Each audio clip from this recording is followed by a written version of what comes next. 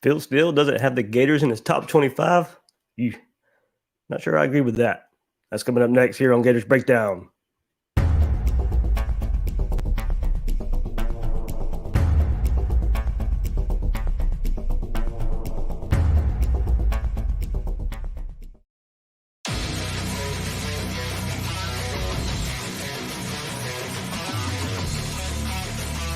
Gators Breakdown, because there's never a dull moment in Gator Nation.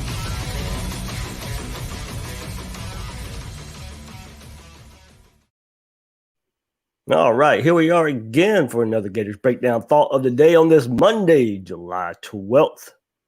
Man, summer's flying by. We only got a week till SEC Media Days. A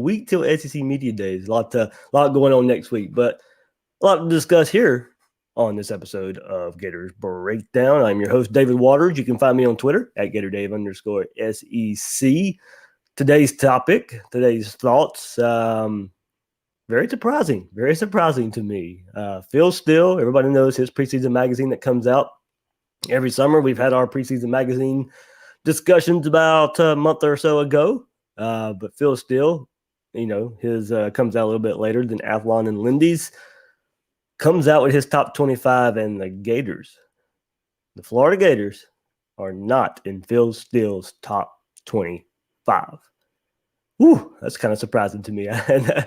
So we'll get into my thoughts of why I disagree with that wholeheartedly. It's not even close to me. Florida should be an A-ranked team. But Phil Steele does not. We'll get into some of his reasoning here about how he ranks the teams. But still, I don't think of any parameter how you rank before season, after season, however you decide to rank your preseason top 25, that Florida should not be in that top 25 somewhere. And we've already discussed a lot of the preseason polls that have come out between these preseason magazines and websites, and Florida's firmly in that top 15. A couple of them have, I think, Florida 17th around there, but at least ranked. But Phil Steele, who gets a lot of credit, does not have the Gators in his top 25. So I'll go through and we'll start with his top 25. You'll hear some of the teams that I mentioned in this top 25, and you'll probably think to yourself, how are those teams ranked and not Florida? I'll quickly go through that top 25. Some teams catch my eye. I'll discuss, but I already got it my thoughts as well. Number one, probably some surprise as well. Oklahoma is number one in Phil Steele's top 25. Not Alabama, not Clemson, not Ohio State. Oklahoma, Phil Steele has, and I guess given a whole lot of credit for how they ended the year last year, of course, including the big win over Florida in the Cotton Bowl. Number two, Phil Steele has Alabama. Number three, Ohio State. Number four, Clemson. Number five, Georgia. 6, Texas A&M. They lose quarterbacks. I lose a quarterback as well in Kellen Mond, but Jimbo Fisher's getting a whole lot of credit here and keeping Texas A&M in the top 6. So that's one I'm just not sure. I know Florida loses a lot. I don't get the whole keeping Texas A&M in the top 10, much less really close to 5, and penalizing Florida a whole lot. So I don't know. Maybe they do have a really good defense. They are returning a really good defense. Running game is pretty good as well. They are replacing quarterback. So maybe with a defense and a running game to help a quarterback, that's why Texas A&M can stay up there in the top 10. They have recruited really well there, but I guess my problem is I don't really have an issue with Texas A&M in the top 10, but if you're going to penalize Florida at the same time, that's probably – there's another team I'll use in kind of that example later on as well. But we'll kind of see where Phil Steele has them as the Gators, and especially, as I said, out of the top 25. Look, if you go to the next team, Notre Dame at number 7, another team that loses the quarterback. A lot of talent as well for Notre Dame, and a pretty hard schedule as well. But another team that stays in Phil Steele's top 10.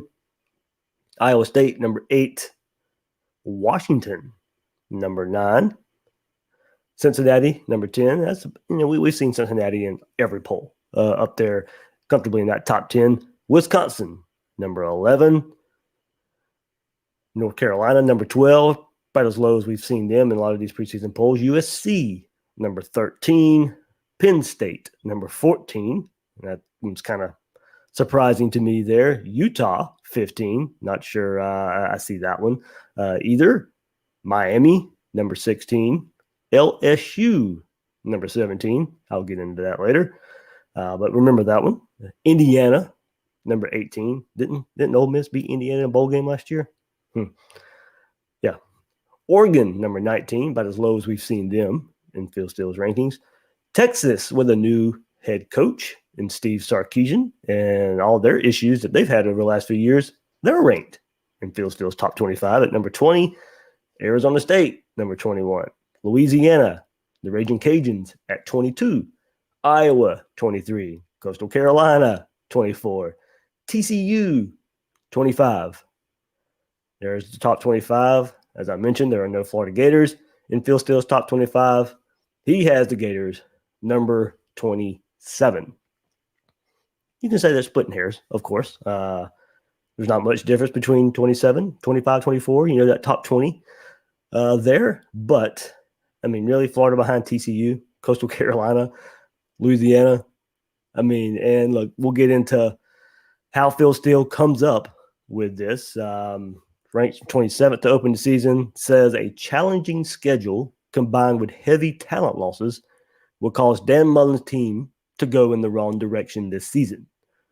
And Steele notes his preseason poll is not his power ratings. Florida would be higher in his power ratings. But they take into account the totality of the circumstances that I feel each team will face in the 2021 season, such as schedule strength, foe schedule, which means like your opponents if they're coming off bye weeks before they play you or who they are playing before they play you, and experience edges at the start of the year and so forth. So he really weighs the schedule here for Florida and what the schedule, what those same teams for Florida is going to face on a more difficult schedule. What those teams are doing a week, 2 weeks before Florida. Who are they playing? Do they have a bye week? Stuff like that.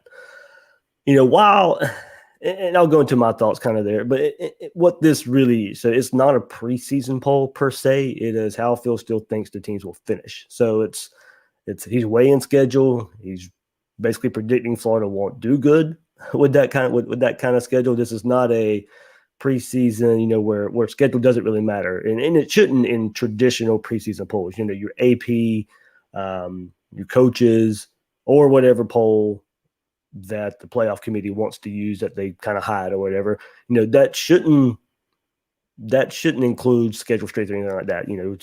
Teams should start where, how good you think teams are, not, the schedule will play out. And so that's how most preseason polls are done. And I don't care how preseason polls are done. If you're saying this is a predictor of how the season will finish, then okay, I won't buy Florida being at the top 25, but I get your reasoning. Now, if you were to say Florida should start the season unranked, I will highly, highly, highly disagree with that. But Phil Steele, his top 25 are how he thinks the teams will finish the season. I think most of them do it that way because that's how they, at the end of the year, get to say we were the most accurate in our preseason polls. So, so you get that, and that's why a lot of them don't go away from the standard top 4 or 5 teams that you see recently. Why would you? Those same 4 or 5 teams are fighting for the playoff spots every year. So you're going to always see Alabama, Clemson, Oklahoma, Georgia until that formula changes for those 4 or 5 teams that seem to be competing for those playoff spots. So, going into what Phil Steele says, yeah, I agree. Yeah, Florida does lose a lot of talent. But what this kind of omission from his top 25, what it tells me is he doesn't believe Dan Mullen has built a roster good enough to overcome last year's losses and doesn't believe that he can head coach his way out of a perceived talent dip.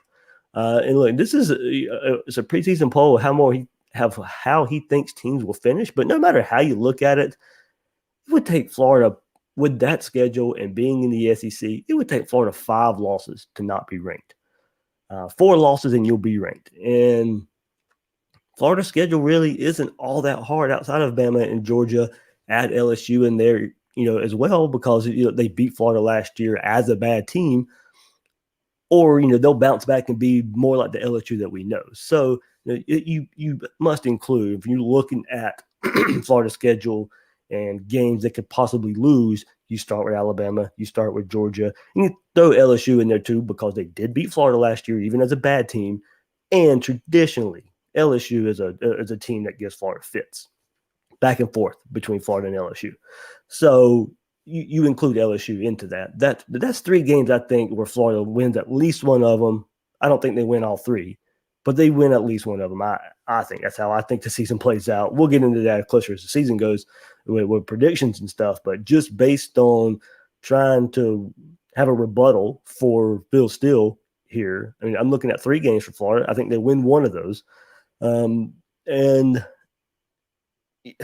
I don't know. For LSU last year, it wasn't the LSU that we know, but there's still a lot of talent on that roster when you look at that. So that's why, that's when you go back and look at that game, I think Florida gets penalized a whole lot, and they should. I mean, I was very critical toward the end of last year and starting with that loss, the Alabama loss and the Oklahoma loss. But when you look at a whole schedule and what Florida is going to have to face, and the success, what Florida has had since Dan Mullen's first season, it's teams with talent, equal talent. He's done better in those type of games. And don't get me wrong, LSU wasn't LSU last year, but still a lot of recruited talent in that roster. And Mullen's done well versus teams he's more talented than. And that's why I go back and look at those 3 games, Bama, Georgia, LSU, because those are the only teams that are on Florida's schedule where talent, they can out-talent Florida. There's only 2 on this schedule, Bama and Georgia, that have a clear recruiting advantage if you just want to go by purely recruiting rankings. And when 24/7 Sports comes out with their team talent composite, both Bama and Georgia are going to be up there in the top 3-4 teams. And they have a clear recruiting advantage. Florida LSU are pretty close when it comes to team talent composite. Those are the only 3 teams that are on Florida's schedule. Last year, you had to throw Texas A&M on that schedule as well. So Florida had 4 teams on last year's schedule, and Florida lost 4 games. But, of course, they did beat Georgia. The 4th loss came in the bowl game versus Oklahoma. But another team that was as talented as Florida when you look at basically team talent composite. So Bama, Georgia have that clear recruiting advantage. Florida and LSU kind of neck and neck there in the team talent composite. LSU probably will take a couple steps up when the team talent composite comes out before the season starts there. But, Mullen has done well the last 2 seasons in beating the teams Florida is more talented than.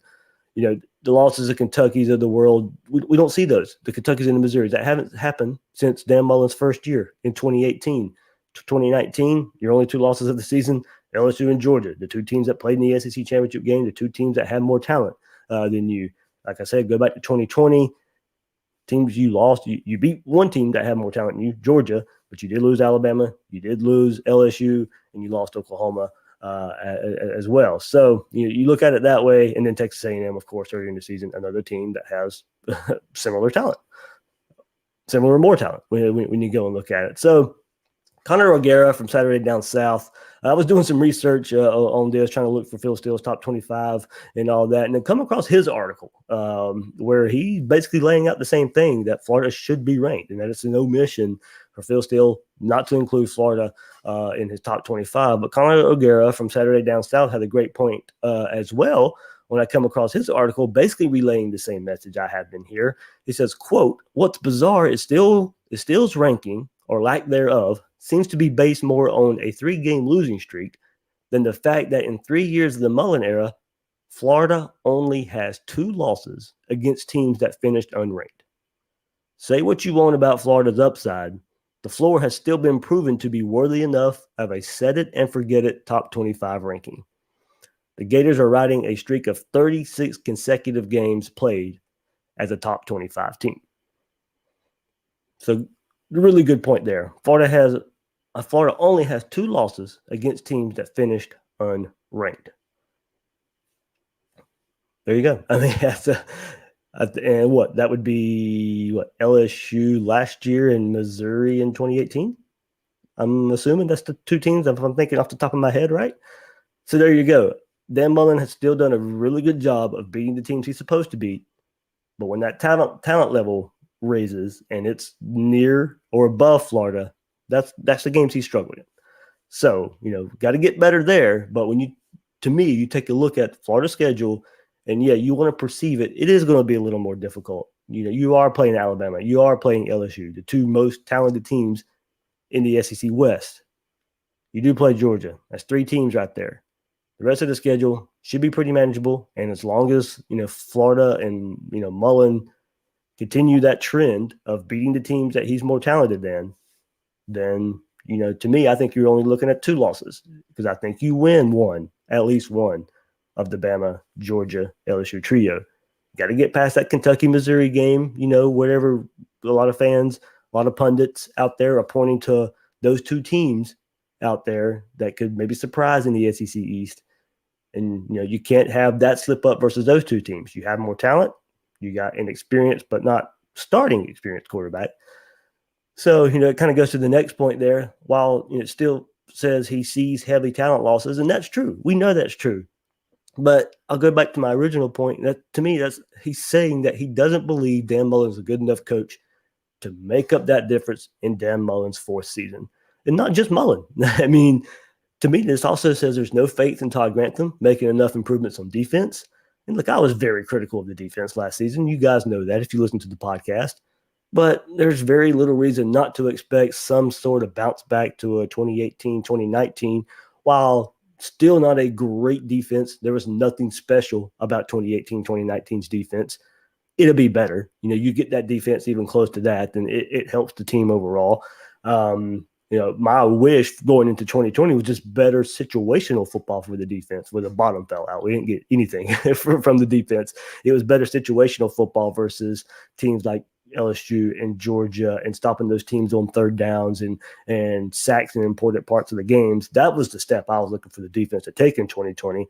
We didn't get any of that. So I get the worry about the defense, but this is basically telling me keeping Florida out of the top 25. You don't believe Dan Mullen can coach his way out of losing Kyle Trask, losing Kadarius Toney, losing Kyle Pitts, and you don't think Todd Grantham will rebound with his defense.